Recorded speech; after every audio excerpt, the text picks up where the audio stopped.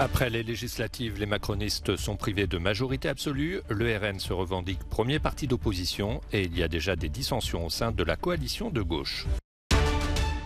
Victoire historique de la droite aux élections régionales en Andalousie, le Parti populaire obtient la majorité absolue au Parlement. Moscou réfléchit à des mesures de représailles et parle d'une situation plus que sérieuse face aux restrictions de transit vers son enclave de Kaliningrad. Après 2 années de Covid et d'activité en berne, les compagnies aériennes enregistrent une forte reprise de la demande des passagers. À la recherche d'une majorité introuvable, c'est la gageure du camp présidentiel à la lumière des résultats du 2e tour des élections législatives. Avec 245 sièges, Emmanuel Macron est à une quarantaine de sièges de la majorité absolue. Et déjà, le Rassemblement national et la nouvelle Union populaire écologique et sociale se disputent le rôle de première opposition à l'Assemblée. Avec 89 députés, le Rassemblement national est le plus important parti d'opposition du Palais Bourbon. À gauche, la NUP est divisée en 4 groupes. Environ 80 députés issus de LFI, une trentaine de socialistes, 23 députés écologistes et 12 communistes. Pour dépasser le parti de Marine Le Pen, Jean-Luc Mélenchon propose à ses alliés de se ranger sous la bannière unique de la NUP. Bon, non, attends, c'est moi qui cause, après c'est toi. La NUP devrait se constituer comme un seul groupe au Parlement, de manière à ce que, sans aucune discussion possible, il soit établi qui mène l'opposition dans le pays. Les socialistes, les écologistes et les communistes ont rejeté la proposition de Jean-Luc Mélenchon, alors que de son côté, la majorité cherche de nouveaux alliés. L'important, c'est de pouvoir écouter le peuple quand il s'est exprimé en démocratie. C'est toujours important d'écouter avec humilité. Le président est inquiet. Emmanuel Macron n'a pas commenté le revers électoral de son parti. Le président consulte à l'Elysée, où il s'est entretenu au cours d'un déjeuner avec la première ministre et ses alliés Édouard Philippe et François Bayrou. C'est une victoire historique en Andalousie que celle remportée par le Parti populaire aux élections régionales ce dimanche. Il obtient la majorité absolue au Parlement andalou avec 58 sièges sur 109. L'Andalousie est pourtant un ancien bastion des socialistes qui l'ont gouverné sans interruption de 1982 aux dernières élections régionales de 2018.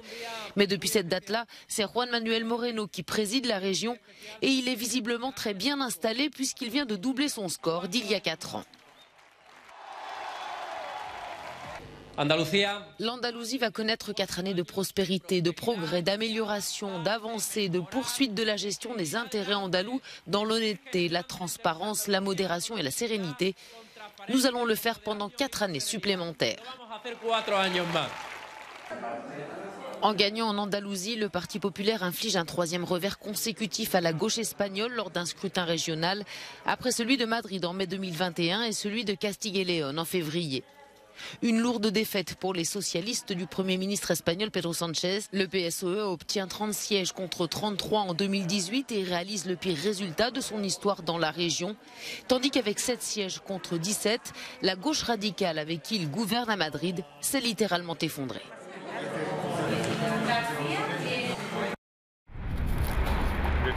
Le Kremlin réfléchit à des mesures de représailles en réponse aux restrictions sur le transit de certaines marchandises via la Lituanie vers son enclave de Kaliningrad.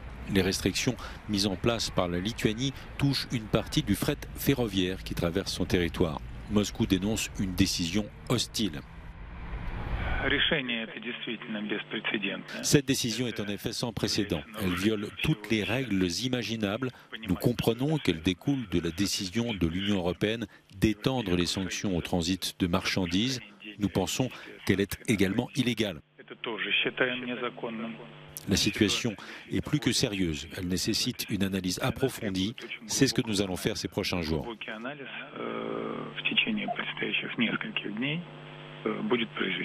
Moscou a demandé à la Lituanie la levée immédiate des restrictions. De son côté, Vilnius confirme qu'il s'agit de sanctions européennes.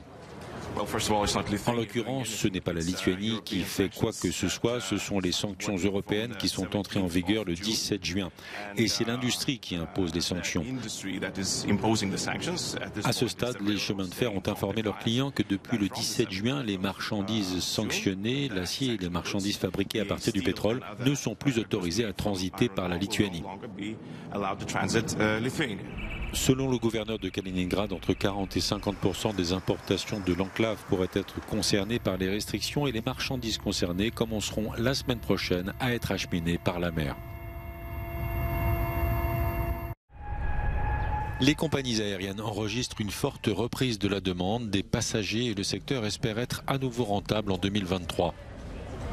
Après 2 années de Covid, les pertes cumulées devraient passer de plus de 42 milliards de dollars en 2021 à moins de 10 milliards cette année.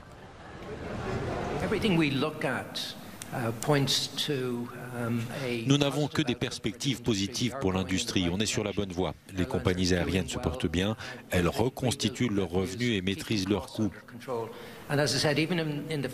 Et comme je l'ai dit, même face à l'une des plus importantes augmentations des prix du pétrole, nous avons pu prévoir une réduction des pertes pour l'année en cours et nous nous réjouissons que le secteur redevienne rentable.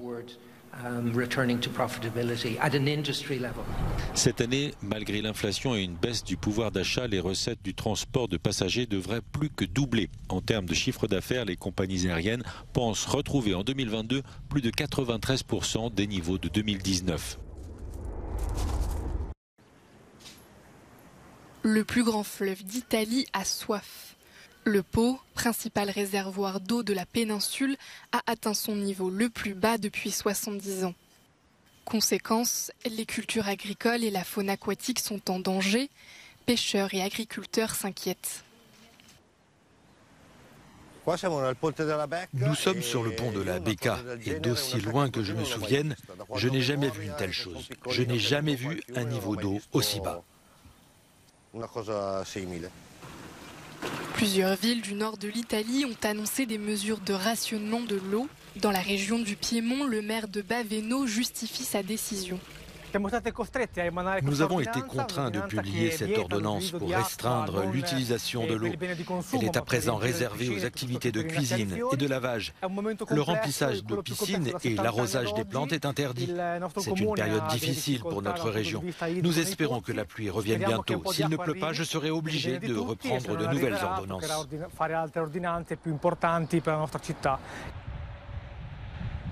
D'après l'observatoire du fleuve Pô, certaines zones n'ont pas reçu de précipitations depuis plus de 110 jours. La principale association agricole du pays est formelle. La sécheresse met en péril près d'un tiers de la production nationale, ainsi que la moitié des élevages dans la vallée du Pô.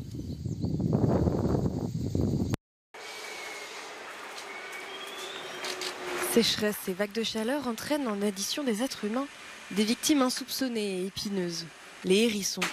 Sarah est en charge d'un centre de soins dédié à ces petits mammifères dans l'Essonne. Elle est catégorique. Pour elle, les situations d'urgence se multiplient.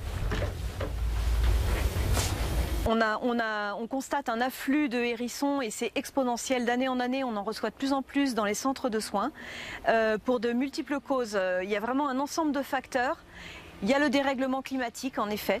Le hérisson, c'est un petit peu l'ours polaire de nos jardins. C'est un peu l'animal symbolique de France qui alerte sur ces problèmes. Au Royaume-Uni et en Allemagne, des études ont confirmé un déclin drastique de la population de hérissons. En France, une enquête de population similaire, la mission hérisson, est en place depuis 2020. Mais elle ne permet pas encore de tirer de conclusions. Il y a aussi la recherche d'eau qui est compliquée parce qu'il va falloir qu'elle se déplace parfois très loin pour trouver de l'eau. Ça veut dire passer des clôtures, passer dans des jardins où il peut y avoir des chiens, passer sur des routes où elles peuvent se faire écraser et du coup la portée est condamnée. Donc oui, la sécheresse, le manque d'eau, c'est problématique. La sécheresse des sols empêche les hérissons de gratter pour aller chercher des vers ou des escargots. L'adoucissement des hivers est aussi problématique pour ces mammifères à épines qui n'hibernent pas ou moins longtemps. Des mesures peuvent être prises à l'échelle individuelle pour leur permettre de se déplacer plus facilement de jardin en jardin. Mais le réchauffement climatique et les pesticides contribuent à les mettre très sérieusement en danger. Les associations craignent une extinction de la population de hérissons d'ici 2050.